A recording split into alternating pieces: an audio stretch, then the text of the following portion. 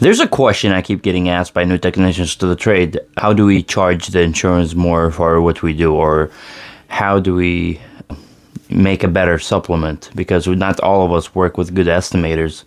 Not hating on estimators, but there's a lot of people that don't know anything about vehicles that are estimating the repairs. Again, I know everybody has to start from somewhere, but it has been hurting the trade for a while. And a lot of shops have somebody to go over the estimates, but in most cases the technician has to suffer through that. And I've helped so many estimators write better estimates because they don't know how to write it, and I suffer for that reason. There are many things we can do to charge a proper estimate. I'm not saying insurance fraud. This is not where we're going, and I know some people are going to start heading in that direction. This is not what we're saying here. We're talking about if you have a damage in a quarter panel like this, you're not only repairing the skin of the quarter panel because it's pushed in, you're repairing the panel behind it.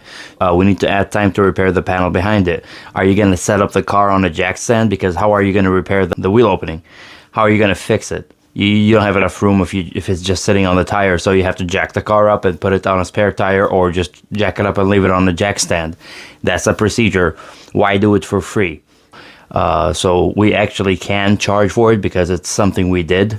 Remember this, if you think about charging the insurance for things you didn't do, that's when you head into insurance fraud and some other issues that you might find with even out-of-pocket customer pay jobs. You're gonna face that problem because you should not be charging for stuff you're not doing, right?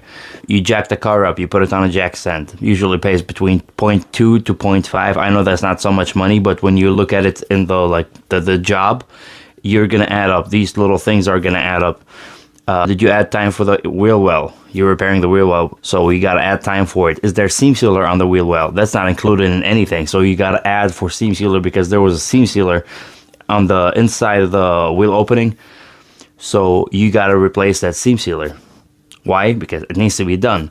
Are you gonna paint the back side of the vehicle, of the wheel well, on the inside? Are you gonna scratch it? Are you gonna dent it? Are you gonna do something to it? So that you need to add time. If you're painting, if you're doing body work to it, and if you're scratching it, denting it, are you gonna put filler on it? Are you gonna spray something else on it? You gotta add for paint time. You gotta add for if you have to use rubberized undercoating, or if you have to use chip guard, or if you have to use something. You're not doing it for free. You're not using your materials for free. There's another thing that estimators should do better on, because I've not really seen a lot of estimators that do. You have to make a list, or give the technician a list of the products that you guys carry. Hey, make it easier for the technician. I'm not going to sit there and tell you, I use this and this and this and that. We need to have a sheet that you let the technician check off on. All right, I replaced the quarter. How many cutting blades did I use? 3 or 2. How many belts on the belt sander did I use? 1 or 2. How much seam sealer did I use? How much this and how much that and how much that? We need to do better as like the entire community of auto body technicians, and basically collision repair technicians and collision repair shops in general. We need to do better at that. Another thing that people don't, or people miss out on when you replace a panel, like let's say a rear body panel, we need to add the time to repair the adjacent panel, because a lot of rear body panels now are paying less than usual. And I've replaced some that paid 7 hours. I'm pretty sure it was a Nissan Kicks or something. It's like 8 or 7 hours. But a lot of times you have to repair the adjacent panel, repair adjacent panel. All of this you have to document. The insurance is not just gonna, here you go, we're idiots, we're just gonna give you money. No, you need to document this to prove to them that you actually did these procedures. If you didn't do them, they're not gonna pay you. Straight out. It's like one of the only fields that you have to prove that you did every little thing. Not all of it, but like you gotta prove if you did something that you don't usually do, you have to prove it to them, and then they actually pay you for it.